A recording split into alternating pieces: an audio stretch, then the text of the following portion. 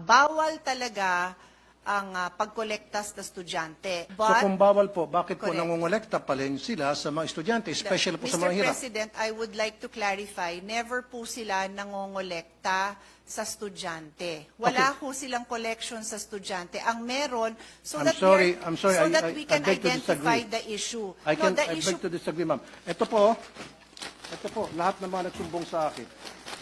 sir, the These are issue, the I don't These think- are the list of parents na nagsumbong sa akin, iba't ibang eskwelahan sa buong Pilipinas na kung saan sila po ay sapilitang kinukolektahan ng mga electric fan at kung ano pang mga gamit sa eskwelahan na meron man pong budget sa MOE ang DepEd for those things. Pero pagdating naman sa eskwelahan, kukolektahan mo ng kung ano-ano. Then, yung iba pa nga sa kanila, yung mga sumbong sa akin, Sir, naglalakad na nga lang po ako, 2 kilometro, kasama pong aking tito. Wala po akong pampamasahe.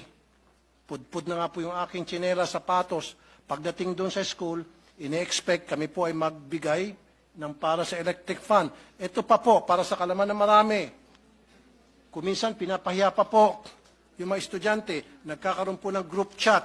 Nakalista doon sa group chat, sino-sino yung mga nagbigay at sino-sino pang hindi nakapagbigay. So yung mga hindi nakapagbigay, peer pressure, is either gagawa ng remedyo para makapagbigay, masama sa listahan, matanggap ng grupo, or hindi na lang papasok kasi napapaya sila, pagda-drop out na lang.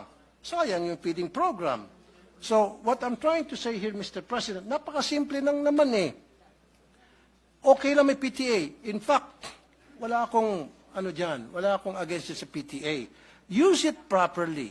Dapat yan, talagang nababantayan ng DepEd.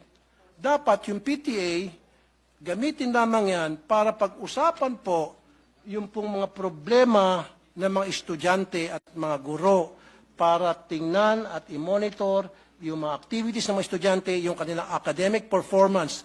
And this is the truth. Your Honors, siguro meron kang estudyante sa public school, may anak ka ba? Maybe wala.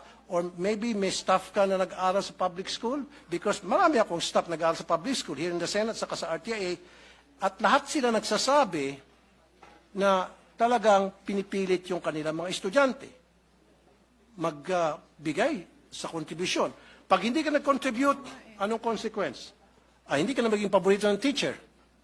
Ikaw ay pwedeng maiwan, ikaw ay mag-scrub ng sahig. Ikaw ang mag-erase ng mga nakasulat sa blackboard. Marami pa pagawa sa iyo. Pero kung ikaw nag-contribute, go home ka na, maganda pa ang grades mo.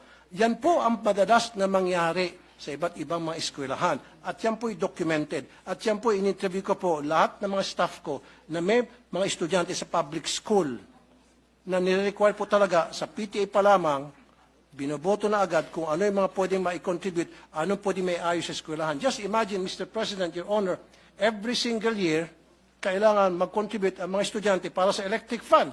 Kung ipon-ipunin natin yung contribution sa electric fan every year, siguro baka marami ng warehouse ng electric fan dyan sa DepEd, kung saan ba dinadala yung electric fan. My question also, Mr. President, Your Honor, di ba meron pong MOE para dyan sa electric fan na yan? Ba't kinakailangan pa pagbayarin yung mga estudyante sa electric fan, sa jobos, sa pintura, sa bond paper, maging sa, ito pa po, sweldo sa security guard, sweldo sa janitor, pati ba naman sa kuryente. And I understand, Mr. President, Your Honor, Madam, meron po tinatawag na Special Educational Fund ang LGU. In fact, ang LGU nagbibigay din ng pera sa DepEd, Mr. President.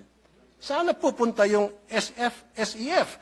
Now, my question is, maari siguro ang problema hindi nakakarating sa mga eskwelahan ang MOOE. Saan napupunta yung MOOE? Kailangan siguro i-audit natin yung MOOE. Yan po ba ay nakakarating ng tama o baka naman nakakarating sa mga eskwelahan pero hanggang sa principal lang? Kaya may mga balita, si principal, magaganda ang mga bahay, magaganda ang mga sasakyan, pero sila teacher, kawawa. So si teacher gagawa ng remedyo at yun na nga, maningil sa mga estudyante. Kaya nga po, sabi pa nga ng mga nakakausap ko po, doon sa mga listahan, I think we interviewed more than 100. Sabi, kaya nga po kami pumunta sa public school dahil wala po kami pambayad sa private school. Sila po ay mga tricycle driver, pedicab driver, labandera, kasambahay, factory worker, na mga underpaid, na malilit lamang sweldo. Salamat nga, sinabi ni Secretary Yusek Poa, and I commend you for saying that, yung programa nyo yan, na merong feeding program para hindi na po tumaas pa yung cases ng dropout, para ma-entice yung mga magulang na papuntahin sa eskwela ng kanilang mga estudyante dahil meron ng pagkain. Gutom kasi sila, kaya hindi sila pumapasok, pero kung bigyan mo ng pagkain, papasok na sila. However, pagdating naman sa school, yung libreng pagkain, parang siningil mo lang dahil pagbabayarin mo para sa kung ano ng contribution. Sir, ano po yung tanong nyo? I'm just making a statement, Mr. President, Your Honor, kung ano po yung sentimiento ng mga pumunta sa akin, mga magulang, libo na po, sinasabi po sa akin. So what I'm saying is, we have to stop this wrong policy na kung saan nagbabiolate ng law ang kung ano-ano pong department order na ipinapalabas po ng DepEd para lamang pipilitin na makakolekta sa mga estudyante. Sabi pa nga ni Minority Leader Coco Pimentel, pag kinolekta mo estudyante, wala naman pera yung mga estudyante, parang sino kinukolektahan mo talaga? In essence, yung mga magulang. So, for me, change that policy. Wag na ho tayo mangolekta. Zero collection na talaga, voluntary or otherwise, tulad na nakalagay sa batas. Okay? Except for Red Cross, Girl Scout, Boy Scout, and Barrio High School. Let's stick to what the law says. Stop na natin yan. Wag na ho tayo magpalabas ng mga department order para we try to circumvent the law para makakolekta. Tuloy, ang duda nito mga magulang, baka siguro gusto nilang magpalabas ng kung ano mga department order para makakolekta sapagkat gusto nilang yung MOE hindi na makarating sa mga eskwelahan. Now, may I add, Mr. President, Your Honor, kung sasabihin nyo lang sa akin ngayon na kayo po ay mag-i-issue ng department order telling all schools under DepEd, let's stick to 5546, period. And I will sit down. Otherwise, kapag hindi, magpipilit kayo, abutin tayo dito hanggang madaling araw. And I will not stop because I know I'm right.